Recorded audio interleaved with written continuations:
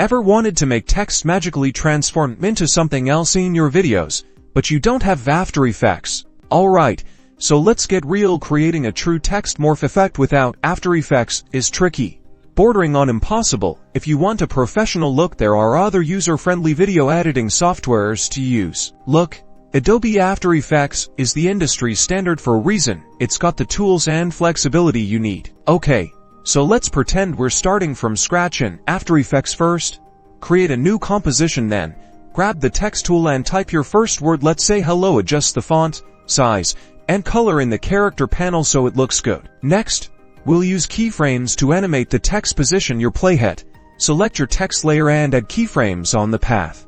To finish the project, apply the morphing effect. Now you can transform your text into a second word. And that's it. While this is just a brief overview, After Effects unlocks incredible morphing possibilities. Experiment with it and have fun.